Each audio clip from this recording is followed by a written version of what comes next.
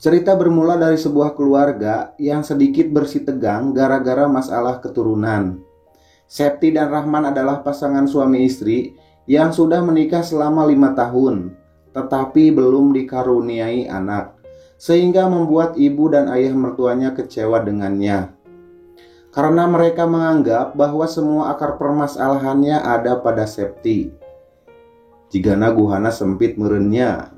Jadi hayang abus oge kudu seseleke kawas keur demo, gehel.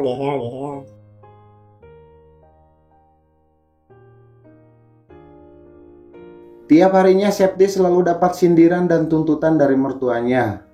Mereka selalu menuntut Septi untuk segera punya anak. Namun Septi tak bisa berbuat apa-apa. Dia hanya bisa sabar dan berdoa supaya Tuhan segera memberinya keturunan. Hingga pada suatu saat, ibu dan ayah mertuanya memberikan solusi supaya mereka punya anak. Tetapi ide ini gila banget dan buat Septi sedih serta sakit hati. Septi harus ikhlaskan Rahman untuk menikah lagi, dan jika tidak mau, dengan terpaksa Septi harus cerai dengan Rahman. Karena mertuanya kekeh pingin punya cucu dari Rahman. Mama punya solusinya. Kamu harus ikhlas Rahman menikah lagi, karena dia harus memberikan keturunan buat kami. Mendengar semua itu, Septi sangat sedih dan sakit hati. Septi kemudian bicara pada Rahman, jika ini jalan terbaik untuk dapat keturunan, dia rela diceraikan oleh Rahman untuk menikah sama orang lain. Namun Septi beruntung sekali punya suami yang sangat baik.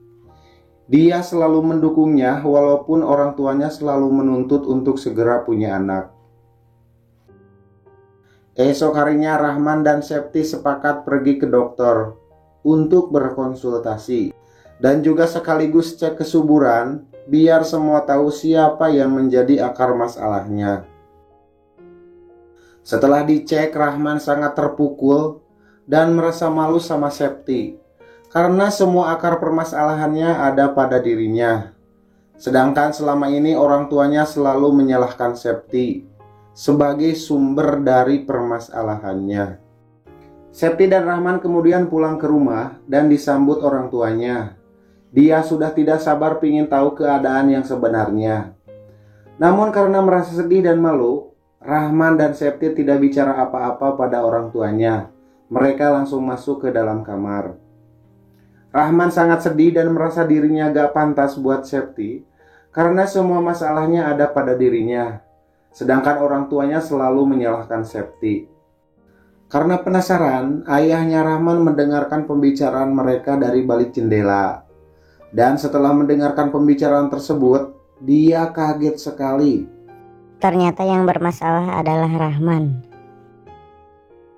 Namun entah apa maksudnya, ayahnya Rahman kemudian bicara sama ibunya dengan memutarbalikkan fakta bahwa dugaan kita selama ini benar adanya. Kalau Septi itu bermasalah. Dan pilihan buat mereka hanyalah dua, cerai atau Rahman menikah lagi dengan cewek yang lain.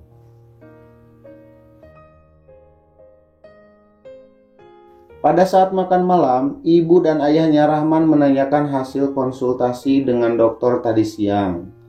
Rahman pun menjelaskan bahwa Septi baik-baik saja dan tidak ada masalah. Namun pada saat Rahman akan memberitahukan yang sebenarnya, Septi memotong pembicaraan untuk menutupi aib suaminya dan menjelaskan pada ibunya kalau suaminya juga baik-baik saja.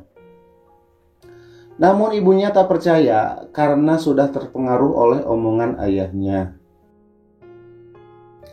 Esok harinya ayah mertua Septi memberikan jamu penyubur supaya cepat punya anak. Entah apa yang ada dalam pikirannya, ketika Septi meminum jamu tersebut, dia menatapnya dengan tajam tanpa berkedip sedikit pun. Jika nu hayangan banos uratan. Sudah 2 hari ini, Rahman pergi keluar kota untuk urusan pekerjaan. Septi dan Rahman pun terus berkomunikasi lewat HP untuk sekedar melepas rasa kangennya yang sudah mulai menumpuk. Pingin mencicipi banos uratan.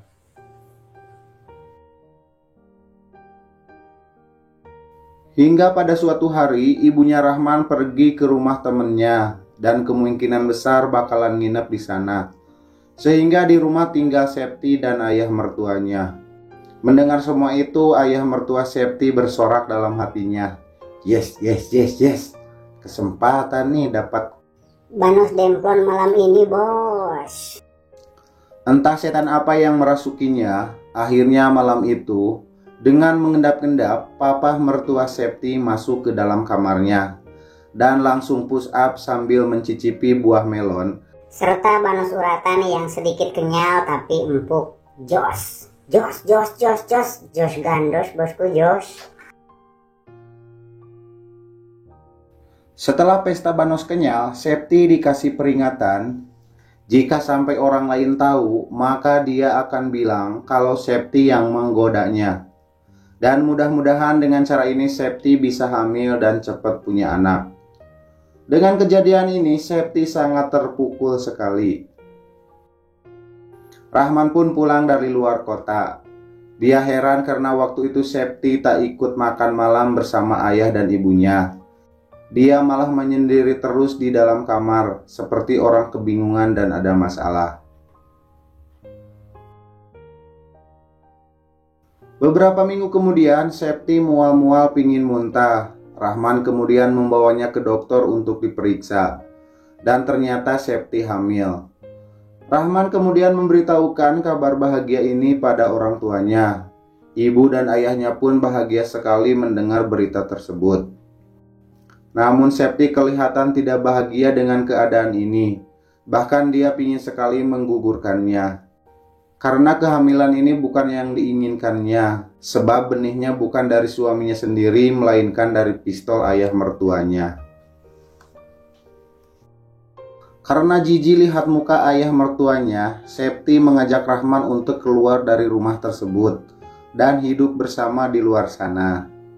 1 tahun kemudian Septi melahirkan anak perempuannya bernama Apipah. Namun Septi kurang begitu perhatian sama anaknya karena dia tidak mengharapkan kehadirannya. Sehingga Rahman terpaksa harus berjibaku mengurus anak tersebut. 7 tahun kemudian Apipah sudah mulai masuk sekolah dasar. Sebelum berangkat, Rahman mendapat telepon dari ibunya bahwa ayahnya meninggal dunia. Mereka pun langsung pergi melayat ke sana. Setelah papa mertuanya meninggal, ibu mengajak Septi dan Rahman untuk tinggal kembali di sana. Dia merasa kesepian kalau hidup sendirian. Akhirnya mereka pun tinggal kembali di rumah tersebut. 20 tahun kemudian, Apipah dilamar oleh seorang lelaki yang sangat tampan bernama Ricky. Setelah melakukan pembicaraan antara kedua belah pihak, akhirnya Ricky dan Apipah menikah. Namun apa yang terjadi? Ketika ijab kabul, tiba-tiba Septi mengatakan bahwa pernikahan tersebut tidak sah, sehingga membuat semua orang kaget sekali. Persaksi sah? Tidak sah. Kenapa tidak sah? Rahman pun sangat kecewa dengan sikap Septi seperti itu, karena sudah mempermalukan Apipah di depan semua orang. Septi pun mengatakan bahwa sampai kapanpun pernikahan Apipah tidak akan sah, karena Rahman bukan ayah kandungnya. Rahman kemudian memaksa Septi untuk mengatakan siapa ayah kandungnya Apipah.